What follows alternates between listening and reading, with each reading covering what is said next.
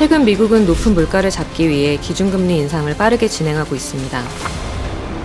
미국의 금리 인상으로 우리 경제가 받는 영향은 한국의 기준금리를 미국과 동일하게 인상하는 경우와 국내 경기와 물가 상황에 따라 인상하는 경우가 다를 텐데요.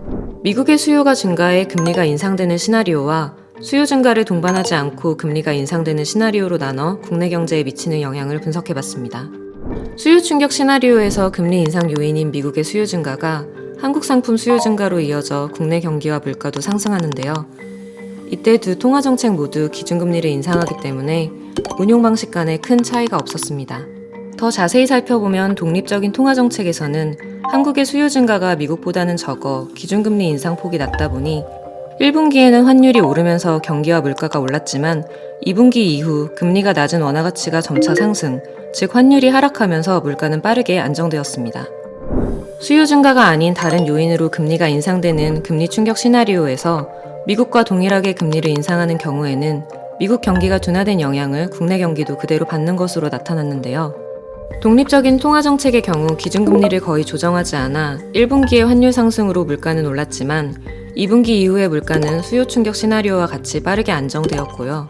한국 상품의 가격 경쟁력이 높아져 경기에는 큰 영향이 없었습니다. 다시 말해 일시적인 물가 상승 이외의 영향은 받지 않은 것으로 보입니다. 또한 독립적인 통화정책이 금리 동조화 정책에 비해 소비가 매 시점에 0.04% 증가하는 사회후생 개선 효과도 있어 더 우월한 것으로 나타났는데요. 그렇다면 미국 금리 인상에 우리는 어떻게 대응해야 할까요? 최근 국내 경제 상황을 보면 인플레이션이 높게 유지되고 있고 사회적 거리두기가 해제되어 앞으로 민간 소비가 반등하고 경기도 회복될 것으로 예상됩니다. 물가를 안정시키기 위해 우리도 기준금리를 점차 인상해야 할 상황에 있습니다.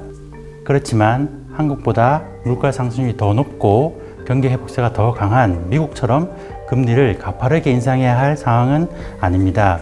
한국과 미국의 경제 상황이 달라서 생기는 기준금리 격차는 받아들여야 합니다. 미국보다 한국의 금리가 낮으면 자본이 유출될 수 있다는 우려가 있는데요.